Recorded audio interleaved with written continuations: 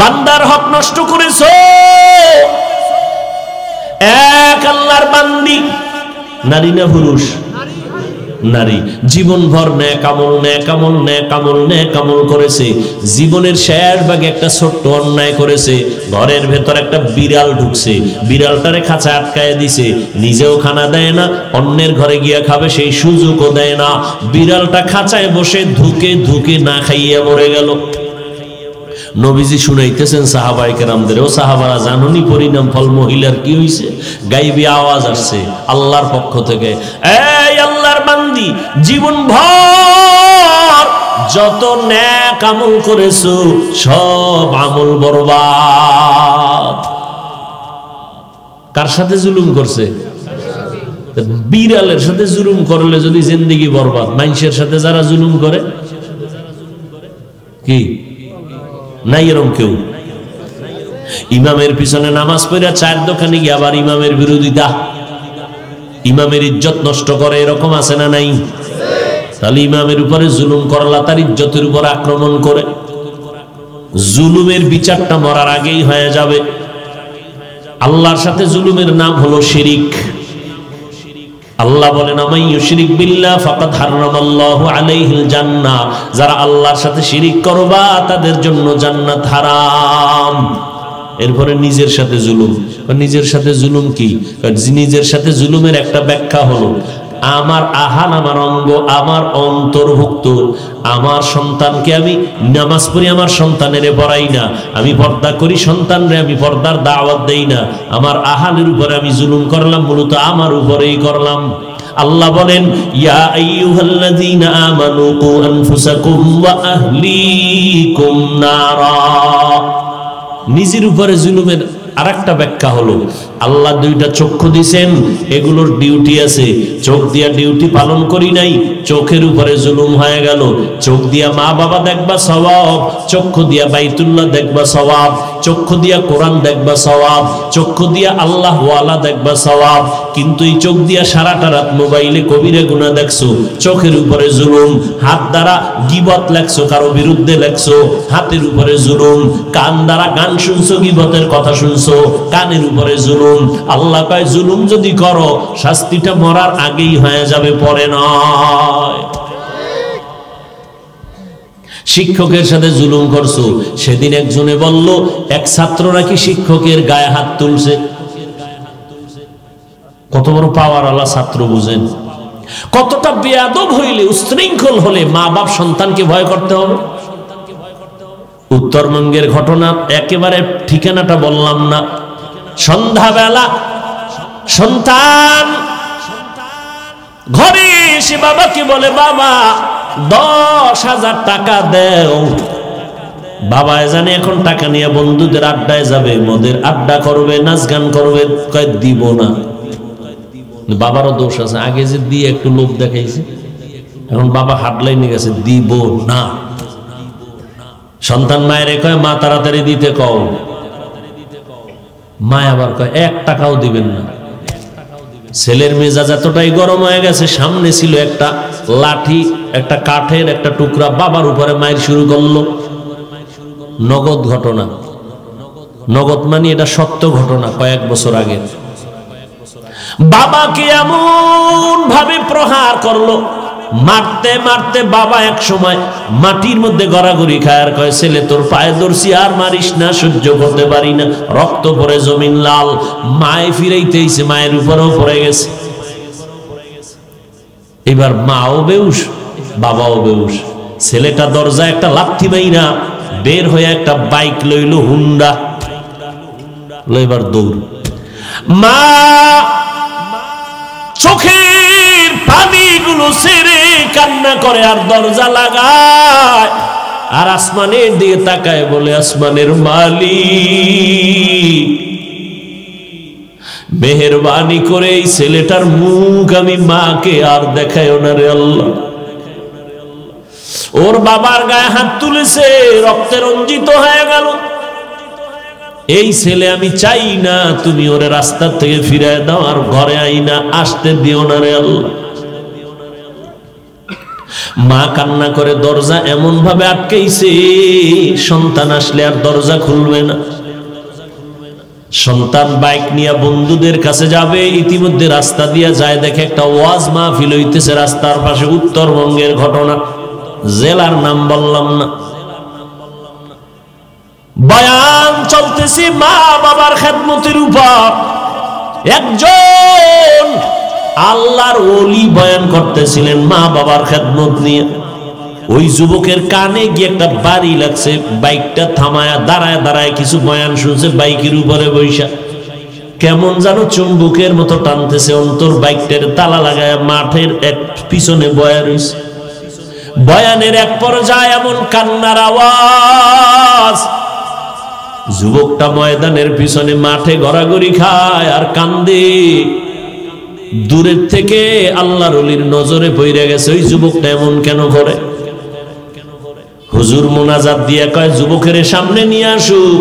যুবক একটা দৌড়াইয়া কয় হুজুর, পাও ধরে কয় হুজুর আমারে মাফ করে দেন, আমি শেষ হয়ে গেছি, শেষ।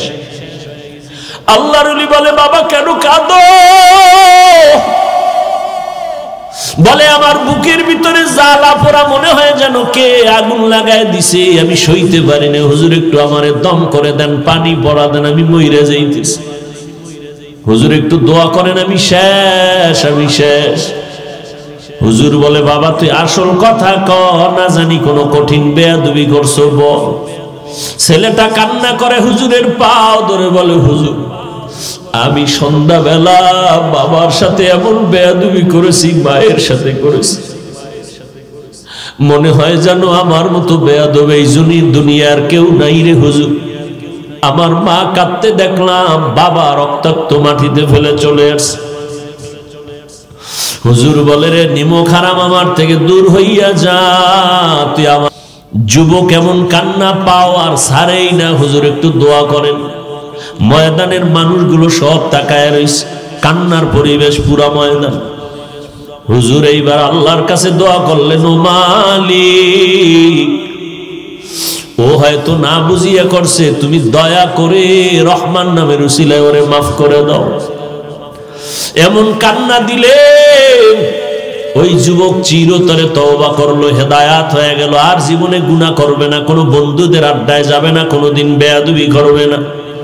এইবার হুজুর কয় তাড়াতাড়ি যদি বাঁচতে চাও মা বাবার কাছে পাও ধইরা মাপ চাও। যুবক রাতের গভীরে বাড়ির দরজায় গিয়া ডাক দিছে, আম্মু তুমি ঘুমাইছো? মা কেমনে ঘুমায়?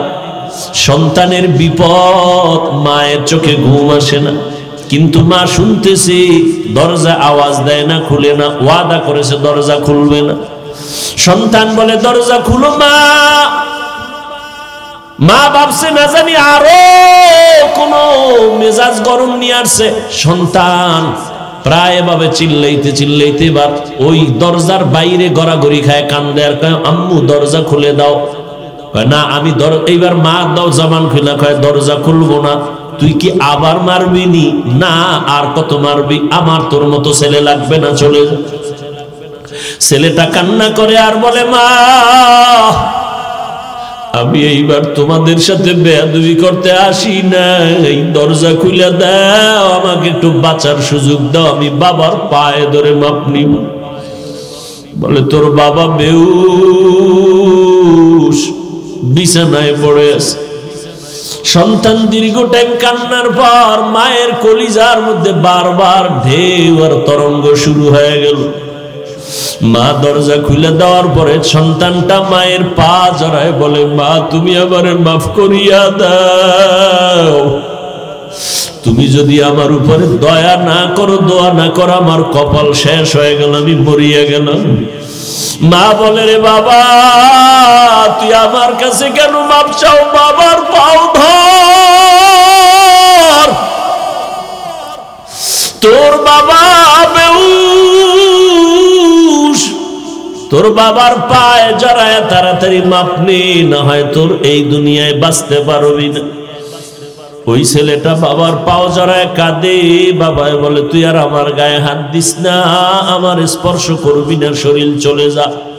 আমি মরিয়া যাইতেও রাজি, তোরে আমি আর ক্ষমা দিতে রাজি না। এইবার বাচ্চার কান্না এত কঠিন ভাবে শুরু হয়ে গেল, শেষ পর্যন্ত মা আয়েশা কয়, ও তওবা করছে, জীবনে আর কোনোদিন অন্যায় করবে না, তুমি ওরে মাফ করিয়া দাও।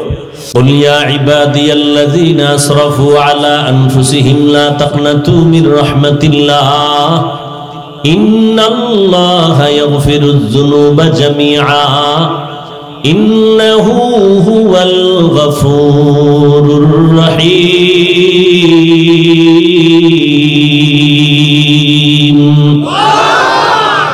এতগুলো মানুষ এখানে আছেন, কারো আমিন কি কবুল হবে না?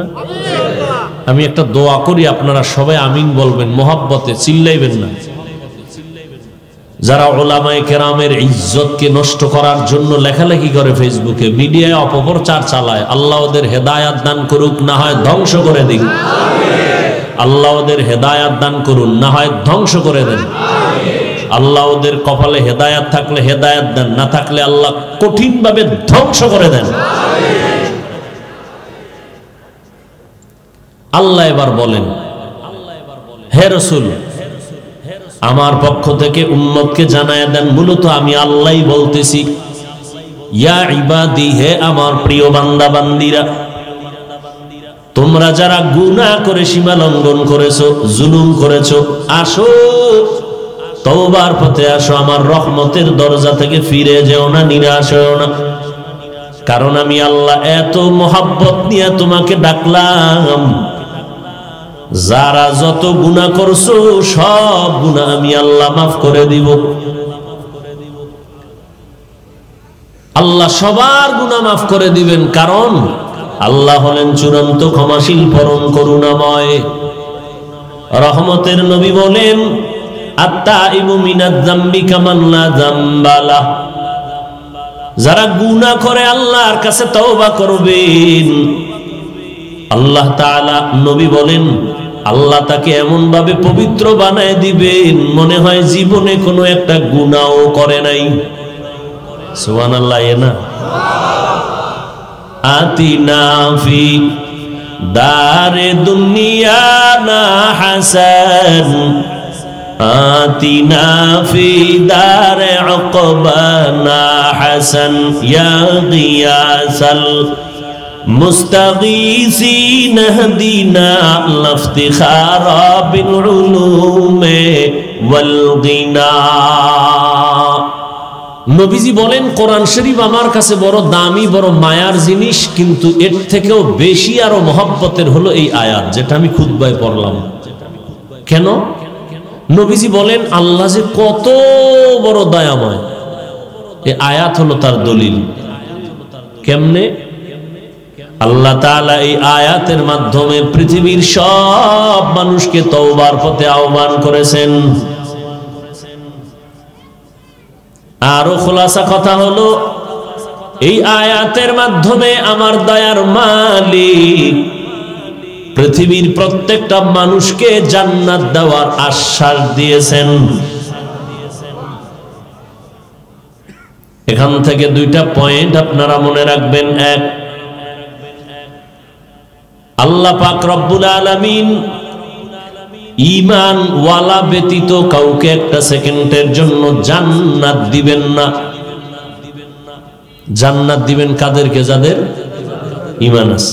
নাম্বার দুই, আল্লাহ পাক এক সেকেন্ডের জন্য পৃথিবী তার মোহাব্বতের কোন বান্দা বান্দিকে জাহান্নামে দিতে চান না। এক সেকেন্ডের জন্য আল্লাহর কোন বান্দা জাহান্নামে যাবে, আল্লাহ এটা চান না। দলিলে আয়াত। এজন্য আল্লাহ পাক এখানে যদি বলতেন, এই মুমিনেরা তওবা করো, তো যারা মুমিন না তারা বাদ, কিন্তু এমন একটা শব্দ আল্লাহ এখানে ব্যবহার করেছেন, যেই শব্দটার পর্দার ভেতরে পুরা দুনিয়ার মানুষগুলো ঢুকানো। শব্দটা কোরআনের ভাষায় আবদ, বাংলায় বলি, উর্দুতে বলি বান্দা। ইয়া ইবাদি, হে আমার প্রিয় বান্দা বান্দিরা। বান্দা বলতে আল্লাহ পাক বুঝায় দিলেন, তুমি হিন্দু হও, তুমি খ্রিস্টান হও, ইহুদি হও, বৌদ্ধ হও, তোমরা আমার বান্দা, আর কারো বান্দা না। আমি আল্লাহ সবাইকে ডাকছি, আয় আয়। শয়তানের নফসের ধোকায় পড়ে যারা গুনাহ করেছো তওবা কর। তোমার গুনাহ করে পাহাড় বানাইছো, তোমার এই গুনার পাহাড়টা বানাইতে এক রাত্রে হয় না, একদিনে হয় না, এক মাসে হয় নাই, বছর বছর চলে গেছে, যুগ যুগ চলে গেছে। তুমি একটা গুনার পাহাড় বানাইতে তোমার 30 বছর, 40 বছর, 50 বছর, 70 বছর হয়ে গেছে। কিন্তু আমি মাওলার দয়াটা কেমন জানোনি? একবার যদি মাথা নত করে চোখের পানি ছেড়ে অনুশোচনা নিয়ে যদি অনুতপ্ত হইয়া বলো, ও দয়ার মালিক আমাকে তুমি মাফ করে দাও, আল্লাহ বলেন তোর 70 বছরের গুনাহ আমার ক্ষমা করতে একটা সেকেন্ডের সময়ও লাগবে না। আতিনা ফি দারে দুনিয়া না হাসান, আতিনা ফি দারে উকবা না হাসান, ইয়া গিয়াসাল মুস্তাগীসিন হদিনা লফতিখারা বিল উলুমে वल गीना हर गोरीदे नेको तू तैयार है, जो न मांगे उससे तू बेजार है। এখন তুমি রাতে বসে আছো একটা জান্নাতি বাগানে, তুমি এখন চিন্তা করো কয়টা বাজে, ঘুমামু কখন, অথচ তোমার জীবনটা রাতের ঘুম নষ্ট করে মোবাইল চালায় কবিরা গুনাহ করে করে কাটাইছো, তার হিসাব মিলাও। দরওয়াজা জানালা বন্ধ করে সুরে যুবক, মাও দেখে না বাবাও দেখে না তুমি কি করো, কিন্তু আমার আল্লাহর কুদরতের ক্যামেরায় রেকর্ড হয়ে গেছে। তুই মোবাইলটা সামনে নিয়া সারাটা রাত কবিরা গুনাহ করে করে করে করে রাত কাটাইছো, কেউ দেখে নাই, একমাত্র আমার আল্লাহ দেখছেন। সীমা লঙ্ঘন করে ফেলছো, এই কারণে কিন্তু মা যদিও তোরে দেখে না, কিন্তু মায়ের অন্তরে বাড়ি লেগে গেছে তুই গুনাহ করো। মা কিন্তু ভিতরে ভিতরে কষ্ট আছে, তোরে বুঝাইছে, তুই গালি দিছো, আব্বাজান নিষেধ করছে, বাবার সাথে বেয়াদবি করেছো, শিক্ষক নিষেধ করছে, শিক্ষকের সাথে বেয়াদবি করেছো, মুরব্বীরা নিষেধ করছে, মুরব্বীদের সাথে বেয়াদবি করেছো। একটা মোবাইলকে কেন্দ্র করে নিজের চরিত্রটারও নষ্ট করছো, নিজের স্বাস্থ্যটাকেও নষ্ট করে ফেলছো। জানো না রে বাবা, মরণের পরের আযাব তো ভিন্ন কথা, বরং এই মোবাইলের কারণে একটা সময় খুব দ্রুত আসতেছে। বসে থাকবি বিছানায়, চোখ থাকবে পাওয়ার থাকবে না, কান থাকবে শ্রবণ শক্তি থাকবে না, হাত থাকবে হাতের বোধ শক্তি থাকবে না, তোমার ভিতরের হৃৎপিণ্ড নষ্ট হতে চলছে, কিডনির উপরে আক্রমণ, তোমার ব্রেনটা নষ্ট হয়ে যাইতেছে। আধা ঘন্টা কিছু পড়তে লইলে মাথা ঘোলায় যায়, ব্যথা করে, কিছুই টের পাও না, বুঝই না, ব্রেন দুর্বল, কিছু পড়লে মুখস্থ থাকে না। এই মোবাইলের কারণে একদিকে তোমার শরীর নষ্ট, ভিন্ন দিকে চরিত্র নষ্ট। এখন তোমার মা বাবা, তোমার ভাই বোন, তোমার আপনজন, তোমার মুরব্বীরা চায় যদি তুই মরিয়া যাও মনে মনে সবাই খুশি, কারণ তোর মতো চরিত্রহীন সন্তান থাকলে মা বাবার ইজ্জত আরো নষ্ট হবে। তাহলে তোর এই বয়সে কি কামাই করছো? সবার বরদোয়া। শুরুতে বলছি যা করো মানুষের বরদোয়ার কোনো কাজ করবি না। আর কার বরদোয়া কামাই করছো? যার দোয়া না পাইলে তুই জীবনে সফল হতে পারবি না, সেই মা। বয়স কত তোর? 25। যুবকদেরকে বলছি একটু বাবা রাগ কইরো না, মোহব্বত কইরা বলতেছি, রাগ কইরো না। তোমার বয়স কত? 25, 26, 27। তোমার উচিত কি ছিল? তুমি বাসায় গিয়া দুপুর বেলা নিজে গোসল করবা, মায়ের কাপড় ধুইয়া দিবা, রাতের বেলা মায়ের ঘুমের মশারি টানায়া দিবা। কিন্তু তুমি কতটাই যে খারাপ, নিজে এত বছর বয়স হইয়া নিজের প্যান্ট শার্ট গুলো ঘরে ফালায় রাখো, মাকে বানাইছো চাকরানি, মা তোর কাপড় ধুইয়া রাখবে। আর যদি কও না হুজুর আমারটা কাজের মানুষ ধোয়, তোর মতো ইতর আর কে আছে? তোর জামা কাপড় আর একটা মানুষ ধুইবে, তোর ভক্তি, তোর এই ভক্তি, তোর এই রুচি, তোর অন্তরটা এত পচা, রাগ করবি না রে বাবা, আমি জাহান্নাম থেকে বাঁচাবার জন্য বলছি। যদি কেউ হাফিজ ভাই পাও ধরো, বল আমি নিচে এসে পাও ধরবো। কারণ আর কয়দিন বাঁচবি রে যুবক, আমিও তোমার মতো যুবক সন্তান। তোমার ভিতরে একটা মন আছে, আমার মধ্যেও মন আছে। তোমার আকৃতি আর আমার আকৃতি সব এক। তোমার ভিতরে যে নফস আছে, আমার মধ্যে নফস আছে। তুলনামূলক তোমারে শয়তান ধোঁকা দেয় কম, আমারে দেয় বেশি। কারণ তোমার দ্বারা গুনাহ করাইলে ইসলামের এত পরিমাণ ক্ষতি হবে না, আমার দ্বারা ইসলামের যেই পরিমাণ ক্ষতি হবে গুনাহ করাইলে। শয়তান আমারে এত ধোঁকা দেয়। ওরে হুদা কি জিন শয়তান নি, বড় বড় মানুষ শয়তান হইয়া তাবিজ করতেছে, জিন পাঠাইতেছে। হাফিজুর রহমান এইভাবে এক নাগারে ময়দানটার মধ্যে দৌড়াইতেছে।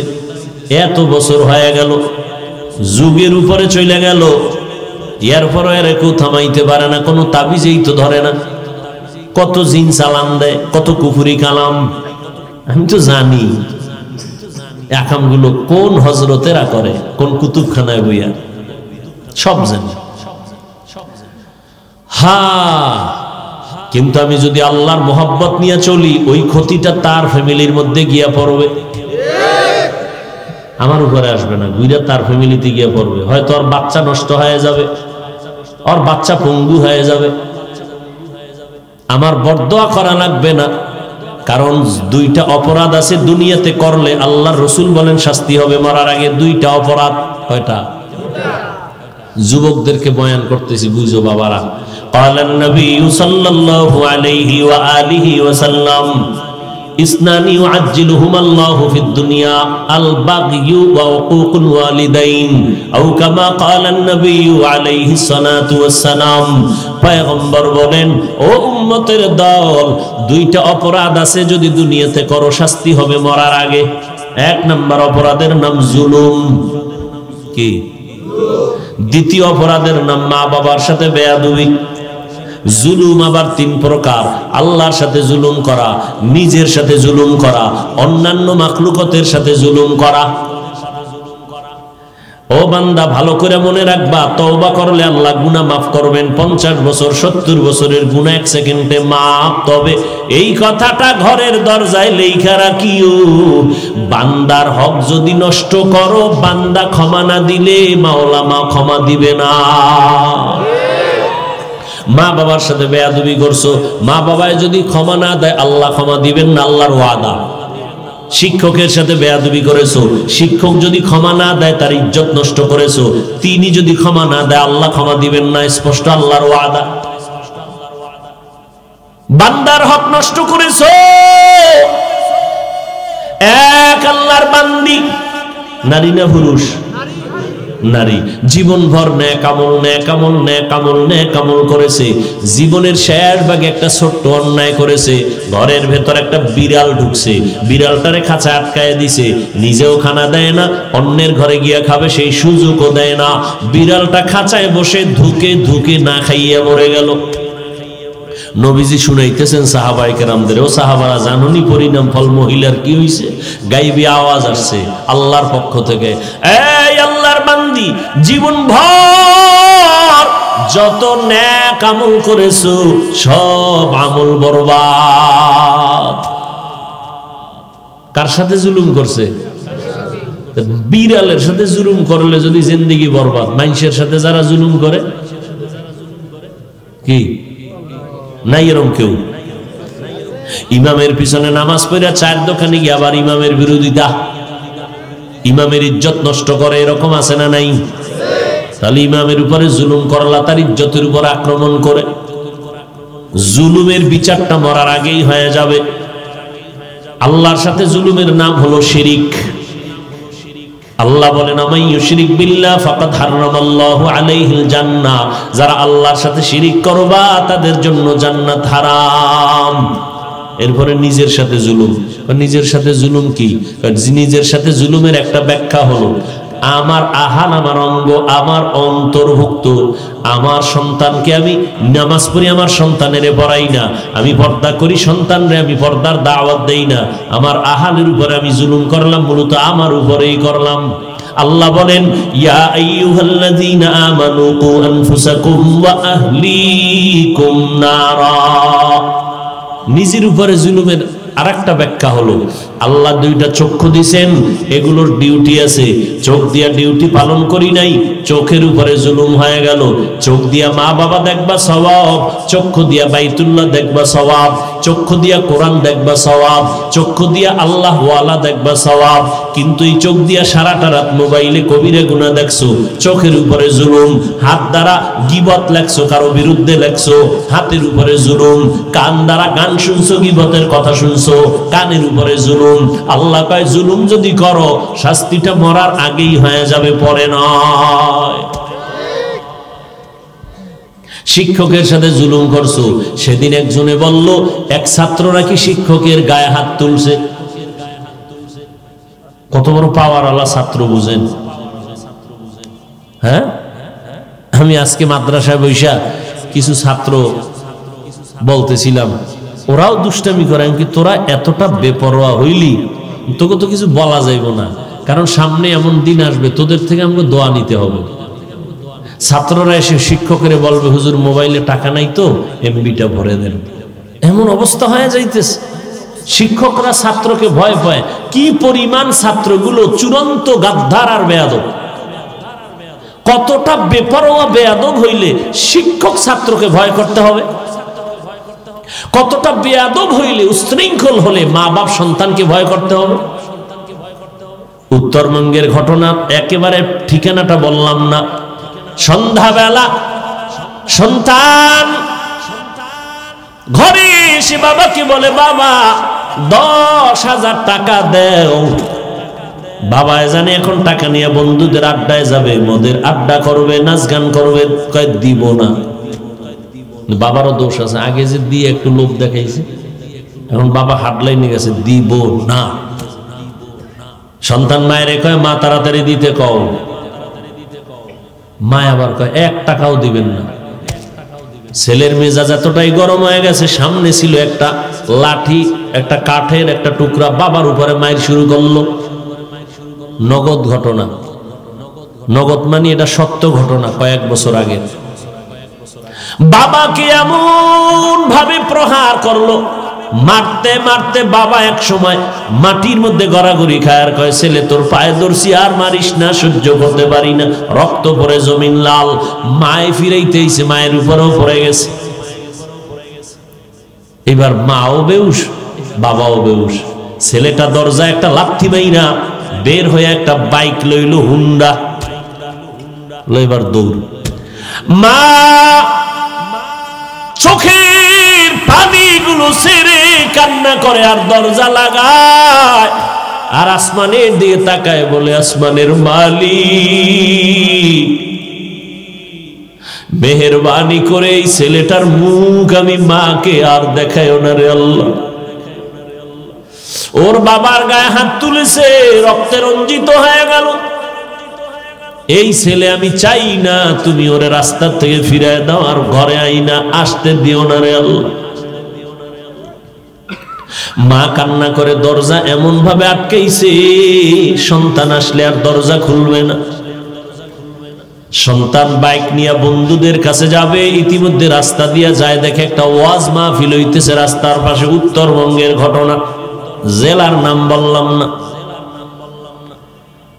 বয়ান চলতেছে মা বাবার খেদমতের উপর।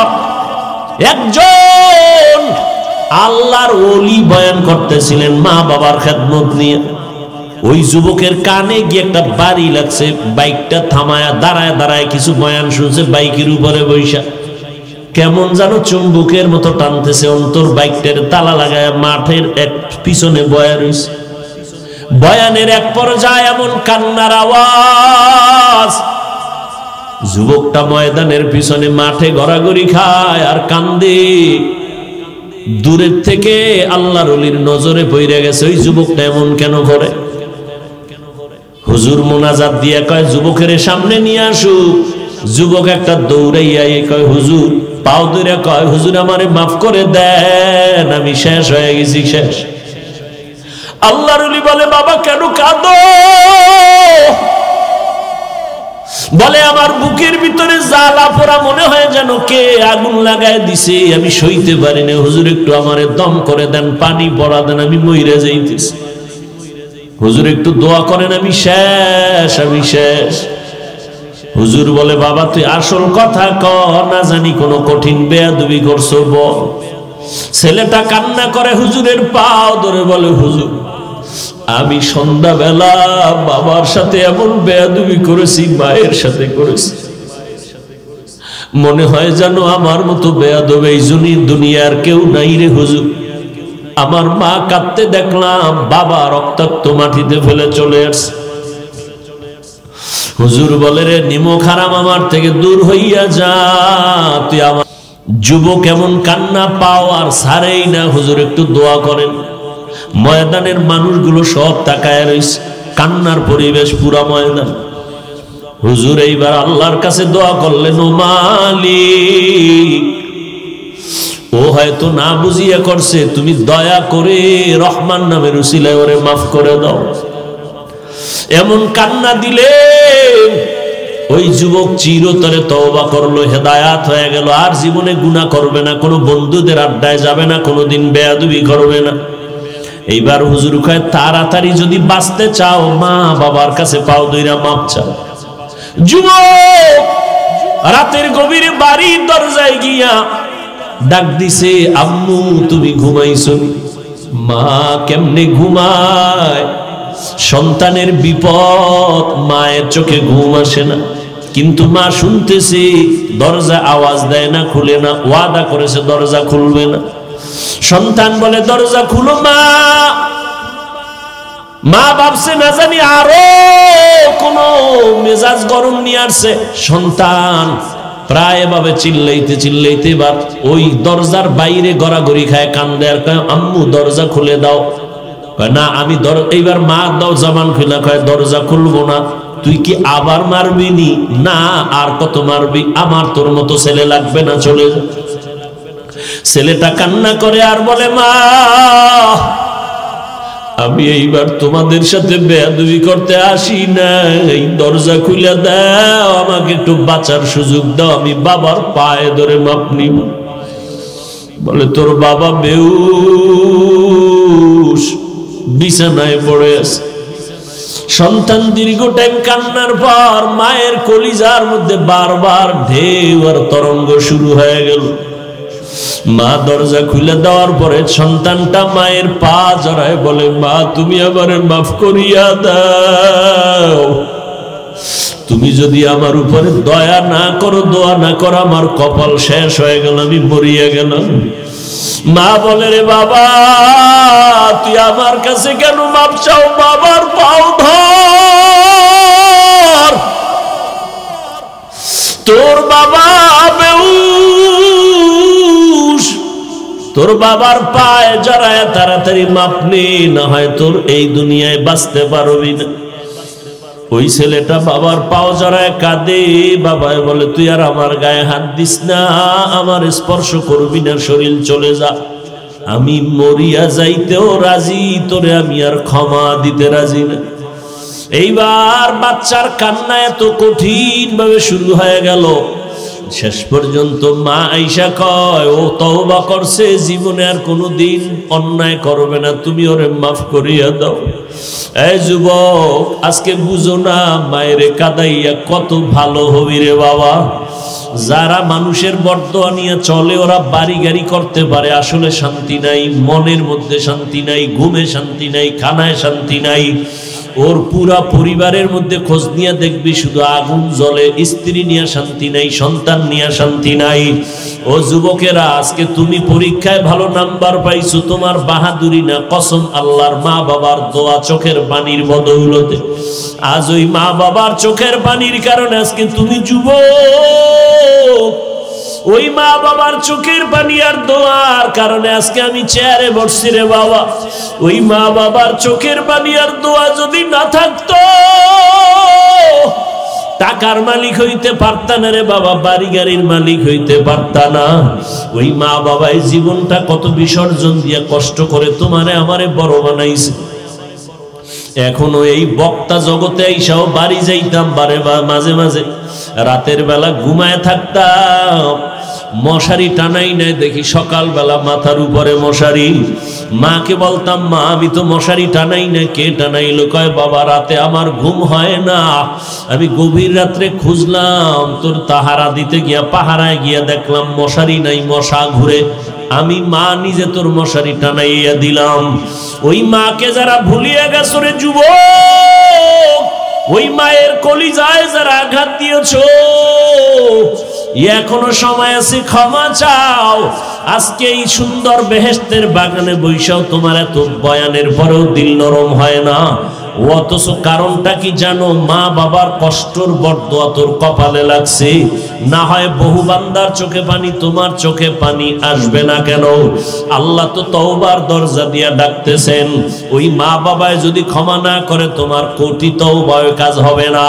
তুমি যদি বান্দার অন্তরে কষ্ট দাও, আল্লাহর প্রিয় বান্দা যারা, এদের অন্তরে যদি কষ্ট দাও, তোমার হাজারো তওবায় কাজ হবে না, চোখে পানি আসবে না। মুরব্বীদের থেকে ক্ষমা নাও, আলেম থেকে দোয়া নাও, আল্লাহর কাছে কঠিন ভাবে তওবা করে নাও। দুনিয়ায় কয়দিন বাঁচবি রে যুবক? এমন একটা দিন নেই যুবকের লাশের খবর নাই। পানির নিচে যুবকের লাশ, গাড়ির নিচে যুবকের লাশ, ঘুমের বিছানায় যুবকের লাশ। ও আল্লাহর বান্দারা, আজকে রক্তের গরমে মানুষের সাথে বেয়াদবি করো, কথার কোনো ব্যালেন্স রাখো না, বেয়াদবিমূলক আচরণ করো, চোখ গরম করে তাকাও। অথচ তোমার এই বাহাদুরি কিন্তু একদিন নিঃশেষ হয়ে যাবে। ও আল্লাহর বান্দারা, ও যুবক বাবারা, আল্লাহর নবীর তরিকা মতে চলার জন্য তৈরি হয়ে যাও। মা বাবার দোয়া নিও। যদি মা বাবা বেঁচে থাকে, বাসায় গিয়া মাকে বলিও, মা জীবনটা ভর কত কষ্ট তোমাকে দিয়েছি, মাঝে মাঝে তুমি কান্না করছো, কষ্ট পাইছো, আজ আমি তওবার নিয়ত করে আসছি, আর কোনোদিন বেয়াদবি করব না। তুমি আমার মাথায় হাত দিয়া দোয়া করিয়া দাও। ও মা, তুমি দোয়া না করেন আমি আগাইতে পারবো না। ওই মা বাবার দোয়ার কারণে আজকে টাকার মালিক, বাড়ির মালিক, সম্মানের চেয়ারের মালিক। ও আল্লাহর বান্দারা, ওই মা বাবার দোয়া নেওয়ার চেষ্টা করো। এরে আল্লাহর বান্দায় ময়দানে যারা আছো, অনেকের মা দুনিয়ায় নাই, অনেকের বাবাও দুনিয়াতে জিন্দা নাই। আমার মায়ার নবী দুনিয়াতে আসি একবার আব্বু বলে ডাক দিতে পারলেন না। 6 বছর বয়সে নবী মা হারা বড় অসহায়, চোখের পানি ফেলে কাঁদতেছেন। ও নবীর আশিক উম্মতের দল, আজকে তোমরা আল্লাহর রহমতের দরজা থেকে ফিরিয়া যাইও না, আল্লাহর কাছে ফিরে আসো, মনে মনে তওবা করো। তোমাকে আমাকে মানুষ কতই ভালো বলে, অথচ গুনার কারণে আল্লাহর কাছে কত বড় অপরাধী হয়ে আছো। আল্লাহর কাছে তুমি দেখো, গুনার কারণে তোমার চোখ না পাক, জিহ্বা না পাক, অন্তর না পাক। আল্লাহর কাছে তওবা করে ক্ষমা চাও, মনে মনে আল্লাহকে বলো, জীবনে যত গুনাহ করছো, অন্যায় করছো, মা বাপ ভাই বোনেরা কেউ জানে না, জানলে তোমাকে আর মহব্বত করতো না। আল্লাহ জানার পরেও একবারও রাগ করিয়া পানি বন্ধ করে নাই, বাতাস বন্ধ করেন নাই, সূর্যের আলো বন্ধ করেন নাই, খানা বন্ধ করেন নাই। বরং আমার আল্লাহ প্রতিদিনের গভীর রাত তোমাকে আমাকে ডাকেন প্রথম আসমানে এসে, ও বান্দা কত আর ঘুমাবি, আমার দরবারে তওবার জন্য তৈরি হও। যারা আল্লাহর কাছে বিনয়ী হইয়া বলবে, ও দয়ার মালিক, এই চোখের দ্বারা তো কত গুনাহ করলাম, কেউ জানে না মাওলা, তুমি জানো। এই হাতের দ্বারা কত অন্যায় করছি মাওলা, তুমি ছাড়া কেউ জানে না। এই জবানের কথার দ্বারা, গালির দ্বারা, গীবতের দ্বারা কত অন্যায় করেছি মাওলা, তুমি ছাড়া কেউ জানে না। ও আল্লাহ, আজকে এই ময়দানে আসছি বেহেশতের বাগান, এখান থেকে আর গুনাহ নিয়ে ঘরে যাব না রে মালিক। আজকে তওবার নিয়ত করিয়া ফেললাম। ও যুবক, তোমার মতো কত যুবক স্কুল কলেজে পড়িয়েও নামাজ ছাড়ে না, তুমি কেন পারবা না বলো? তোমার আমার মতো কত যুবক জীবনে মাদ্রাসায় পড়ে নাই, চাকরি করে, র্যাব, আর্মি, পুলিশ, বিডিআরের, নামাজ ছাড়ে না, তুমি কেন পারবা না? তোমার মতো যুবক রাস্তায় গাড়ি চালায়, তাকায় দেখো এক বেলার নামাজ বাদ দেয় না, তুমি কেন পারবা না? তোমার মতো যুবক কৃষি কাজ করে, দেখো নামাজ ছাড়ে না, তুমি কেন পারো না? তোমার মতো যুবক আজকে নদীর মধ্যে মাছ ধরে, নামাজের সময় পড়ে, নামাজ ছাড়ে না, তুমি কেন পারবা না? ও বৃদ্ধ বাবাজিরা, আপনাদের মতো কত বুড়া মানুষ মসজিদে গিয়ে কষ্ট হলেও নামাজ পড়ে, আপনারা কেন পারেন না? ও পর্দার আড়ালের আম্মা জান, এতক্ষণ আপনাদের সন্তানদের যত কথা বলেছি, এই কথাগুলো বাস্তবায়ন হতে হলে আপনাদের দোয়া ছাড়া আগানো যাবে না। এরে পর্দার আড়ালের মা, আপনার সন্তানটাকে ডাক্তার বানাবেন, আমি কিন্তু একবারও বাধ্য করে বলি নাই যে মাদ্রাসায় পড়া লাগবে, আমি একবারও বাধ্য করিয়া বলি নাই তাবলিগে না গেলে গুনাহ হবে। আপনার সন্তানকে আপনি ডাক্তার বানাবেন, কোনো বাধা নাই। আপনার সন্তানকে ইঞ্জিনিয়ার বানাবেন, বাধা নাই। আপনার সন্তানকে প্রফেসর বানাবেন, বাধা নাই। তবে আমার অনুরোধ হলো, আপনার সন্তানকে আপনি বেয়াদব বানাবেন না। আপনার সন্তানকে ডাক্তার যদি বানাইতে চান, কোরআন পড়াইয়া নবীর আদর্শওয়ালা ডাক্তার বানায়া যাবেন। আপনার সন্তানটাকে কোরআনওয়ালা নবীর আদর্শের ইঞ্জিনিয়ার বানাবেন। আপনার সন্তানটাকে কোরআন পড়নেওয়ালা নবীর আদর্শের প্রফেসর বানাবেন। আপনারও জীবন ধন্য হবে, সন্তানেরও জীবন ধন্য হবে। এরে আম্মা জান, আপনাদের এত সম্মান, আপনারা নবী না, নবীদের মায়ের মতো মা, সাহাবায়ে কেরামের মায়ের মতো মা। আপনারা আলেম হাফেজে কোরআনের মায়ের মতো মা। আপনারা খাদিজা রাদিয়াল্লাহু তাআলা আনহার মতো নারী, ফাতেমা রাদিয়াল্লাহু তাআলা আনহার মতো নারী, আয়েশা রাদিয়াল্লাহু তাআলা আনহার মতো নারী। আরে আম্মা জান, আপনারা ইসমাঈল নবীর মা হাজরা আলাইহিস সালামের মতো নারী। আপনারা ঈসা নবীর মা মারিয়াম আলাইহিস সালামের মতো দামি নারী। বেঈমান ফেরাউন যে আল্লাহর সাথে চ্যালেঞ্জ দিয়া নিজের খোদা দাবি করলো, ওই ফেরাউনের ঘরে তার আপন স্ত্রী আসিয়া এতটা আল্লাহর উপরে ভরসা ঈমান আনলো, আল্লাহর নবী বলেন জান্নাতে কিয়ামতে আমার সাথে আসিয়ার বিয়া হয়ে যাবে। ও পর্দার আড়ালের আম্মা জান, আপনাদের মতো কত মা এখনো আছে, স্বামীর মাল হেফাজত করে, সন্তানগুলো আদর্শওয়ালা বানানোর মেহনত করে, পর্দা করে, গুনাহ করে না, স্বামীর মাল নষ্ট করে না। আপনারা কেন পারবেন না রে আম্মা জান? ভালো একটা সন্তান দুনিয়াতে রেখে যাবেন, আপনার সন্তানের আচরণে যেন আলেমরা খুশি হয়ে দোয়া করে, মুরব্বীরা খুশি হইয়া দোয়া করে, শিক্ষকেরা খুশি হইয়া দোয়া করে, অন্য বন্ধু বান্ধবেরা খুশি হয়ে যেন দোয়া করে। এরে আম্মা জান, আপনার চোখের পানি আর দোয়ার অবদান ছাড়া আগানো যাবে না। ওরে আল্লাহর বান্দারা, ও যুবক বৃদ্ধ বাবাজি, মা বোনেরা, ওই ফেরাউনের ঘরে স্ত্রী, যেই ফেরাউন আমার আল্লাহর বিরুদ্ধে চ্যালেঞ্জ দিল, মুসা নবীর সাথে চূড়ান্ত জুলুম আর অত্যাচার করলো, কিন্তু তার ঘরে আমার আল্লাহ আসিয়াকে দিনের খাদেমা হিসেবে কবুল করলেন। আসিয়া একদিন ফেরাউন তাকায় দেখে যেন কি পইরা গেল, জবান থেকে একটা নাম আসছো আল্লাহর। আসিয়া টের পায় না যে আমার পেছনে ফেরাউন স্বামী দাঁড়ানো। ফেরাউন কয়, আসিয়া জবান থেকে কি বললা? কয় আল্লাহর নাম। বলে কোন আল্লাহ? বলে মুসা নবীর আল্লাহ, তিনি আমারও আল্লাহ। ফেরাউন বলে, আসিয়া এই মিশরে আমি নিজেকে খোদা বলে দাবি করি, তুমি আমাকে খোদা বলতেই হবে। আসিয়া বলে, আমি যে আল্লাহর উপর ঈমান আনছি, আমি আর একবারও এই আল্লাহর থেকে দূরে যাব না। ফেরাউন অনেক বুঝানোর পরও আসিয়াকে যখন আর নিজের দিকে আনতেই পারে না, এবার ফেরাউন বাঁকা হইয়া বলে, আসিয়া এখন আর তোমাকে ছাড় দেওয়া যাবে না। আসিয়ার থাকার জায়গা দেয় না, খানা পর্যন্ত দেয় না। আসিয়ার উপরে এত অত্যাচার শুরু করে দিল। আসিয়া মাওলার কাছে গভীর রাতে কাঁদে, ও দয়ার মালিক, মেহেরবানি করে আমি মহিলা মানুষটাকে তুমি ধৈর্য দাও, আমি যেন তোমার মোহাব্বতের থেকে পিছনে হটিয়া না যাই, ওর ভয়ে, মাইরের ভয়ে। আসিয়া মাওলার কাছে কাঁদতেছেন।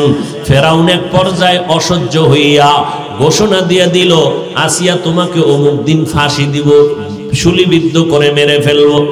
খবর হয়ে গেল পুরা মিশরে। আসিয়ার ফাঁসি হয়ে যাবে, শুলিবিদ্ধ করবে। এই অবস্থা যখন তারিখটা আসলো, লক্ষ লক্ষ মানুষ হাজির হয়ে গেল। আসিয়া কাঁদতেছেন, আল্লাহর কাছে দোয়া করে, আল্লাহ ধৈর্য ধারণ করার তৌফিক দান করো। হঠাৎ নজর করে দেখে মুসা নবী হেঁটে যায়। আসিয়া ডাক দিয়ে কয়, পয়গম্বর আমার অবস্থা আপনি জানেননি? কয় জানি। বলে আমার এখন মরণ সময়, আমার আল্লাহ এই মুহূর্তে আমার উপরে বেজার না খুশি? আল্লাহর নবী মুসা ডেকে বলেন, আসিয়া আল্লাহ তোমার উপরে অনেক খুশি। এই কথা শুনিয়া আসিয়া চোখের পানি ছেড়ে আল্লাহর কাছে কান্না শুরু করলেন, আসমানের দিয়ে তাকাইয়া। قالت رب ابن لي عندك بيتا في الجنة ونجني من فرعون وعمله ونجني من القوم الظالمين। ও আল্লাহ, এত বড় পৃথিবীর একটা রাষ্ট্রের রাষ্ট্রপতি হইয়া তার বিবি হইয়াও থাকার মতো জায়গা পেলাম না, খানার আরাম কিছু পেলাম না, আজ আমার ফাঁসি দিতেছে। ও আল্লাহ, দুনিয়ায় শান্তি পেলাম না। আমার আসিয়ার জবানের একটা দিলের তামান্না, দুনিয়ায় জায়গা পাই নাই রে মালিক, তবে ওই সুন্দর জান্নাতে তোমার পার্শ্বে আমার জন্য একটা ঘর বানাইয়া দিও। আসিয়া কান্না করিয়া, হঠাৎ আসিয়া মুস্কি হাসতেছেন। ফেরাউন বলে, আসিয়া এখন তোমার বিপদ সময় হাসো কেন? আসিয়া কয়, বেঈমান তুমি বুঝবা না, আল্লাহ আমার কলবের চক্ষু খুলে দিয়েছেন। আল্লাহর কাছে দোয়া করেছি জান্নাতে একটা ঘর বানানোর জন্য। আমি এখন তাকায়া দেখতেছি জান্নাতের ঘর দেখা যায় সাজানো, লক্ষ লক্ষ ফেরেশতারা রেডি হয়ে আছে। আমার রূহটা জান্নাতে মালিকের মোলাকাতে নিয়ে যাবে, তাড়াতাড়ি আমাকে শুলিবিদ্ধ করে দাও। মরণ হয়ে যাবে, আমি মাওলার মোলাকাতে চলে যাব। ওই জান্নাতের সাজানো ঘর দেখে আমি হাসতেছি খুশিতে। ফেরেশতারা অপেক্ষা করে আমাকে জান্নাতে নেওয়ার জন্য। ও পর্দার আড়ালের আম্মা জান, আল্লাহর কাছে তওবা করেন পিছনের গুনার জন্য। বৃদ্ধ বাবাজিরা আল্লাহর কাছে তওবা করেন। ও যুবকেরা আল্লাহর কাছে তওবা করো। আর যদি মা বাবার সাথে অন্যায় করো, তার থেকে আগে ক্ষমা নিতে হবে। ওস্তাদ শিক্ষকের সাথে যদি বেয়াদবি করো, তাদের ক্ষমা লাগবে আগে। কোন মুরব্বীদের সাথে যদি বেয়াদবি করো, ক্ষমা ছাড়া আল্লাহ ক্ষমা করবেন না। তবে আল্লাহকে বলো, আল্লাহ জীবনে শয়তানের ধোকায় পড়ে অন্যায় করেছি, আজকে থেকে তওবা করলাম খাঁটিভাবে। এক ওয়াক্ত নামাজ আর ছাড়বো না, আর দাড়ি কাটবো না, বেপরদায় চলবো না, মা বাবাকে আর জীবনে কখনো কষ্ট দিব না, ওলামায়ে কেরামের বিরোধিতা করব না। আজকে থেকে তাদের পরামর্শ নিয়ে নেক আমল করব, নবীর সুন্নাত অনুযায়ী চলবো। আজকে থেকে আর কোনোদিন কোনো অন্যায় করব না। ও আল্লাহ, তুমি আমার তওবা কবুল করো। আল্লাহ পাকের ওয়াদা, বিনয়ী হইয়া যদি এক ফোঁটা চোখের পানি ছেড়ে তওবা করো বিনয়ের সাথে, আমার আল্লাহ মুহূর্তে তোমার জীবনের সব গুনাহ মাফ করে দিবেন। ও আল্লাহর বান্দারা, জানি না এই ময়দানে কার তওবার নিয়ত হইল তাও জানা নাই। তবে আমি শুরুতেই বলেছিলাম, আল্লাহ যদি কবুল করে তো নবীকে জবাই করতে আসিয়াও কালেমা পড়ে নেয়। আর আল্লাহ যদি কপালে আগুন লাগায় দেয়, নবীজির বয়ান শুনিয়াও কালেমা পড়ে না। এই রকম কিছু মানুষ এখানে আছে, বিভিন্ন জায়গায় আছে। প্রত্যেকটা মাহফিলে হাজারো বয়ান শুনিয়াও তার চোখে পানি আসে না। মোনাজাতে অনেকে কাঁদে, ওই কপাল পড়ার চোখে পানি নাই। বরং ওই বান্দা তওবারও নিয়ত করে না, বাইরে যাইয়া আরো বিরোধিতা করে, সমালোচনা করে। আর একদল আল্লাহর বান্দা আছে ওমরের মেজাজওয়ালা, এরা ময়দানে গুনাহ নিয়ে ঢোকার পর গুনার কথা যখন মনে পড়ে, মরণের ভয় যখন আসে, তখন চোখের পানি ছেড়ে গোপনে একা একা কাঁদে আর বলে, ও মালিক, জীবনে তো অন্যায় কম করি নাই, দুনিয়াতে সূর্যের গরম সইতে পারি না, কবরে গুনাহ নিয়ে গেলে জাহান্নামের গরম কেমনে সহ্য করব? একটা বেতের বাড়ি সইতে পারি না, কবরে মাটির চাপ কেমনে সহ্য করব? ও আল্লাহ, জীবনে আর কোনোদিন গুনার কাছেও যাব না। বান্দা যখন চোখের পানি ছেড়ে তওবা করে, আল্লাহ পাক রব্বুল আলামিন ওমরের মতো তাকে হেদায়েতের দরজায় কবুল করে নেন। ও আল্লাহর বান্দারা, যাদের অন্তর তৈরি হয়ে গেল, মুনাফিকি অন্তরে নাই, দুর্বলতা নাই, মরিয়া গেলে যাবা, তারপরও আর নামাজ ছাড়বা না, দাড়ি কাটবা না, মা বাবাকে কষ্ট দিবা না, উলামায়ে কেরামের দোয়া নিয়ে চলবা, নবীর তরিকা মেনে চলবা, কোনোদিন কারো বরদোয়া নিয়ে চলবা না, আল্লাহর নবীর তরিকা মেনে চলবা, দেশ জাতির বিরুদ্ধে ষড়যন্ত্র করবা না।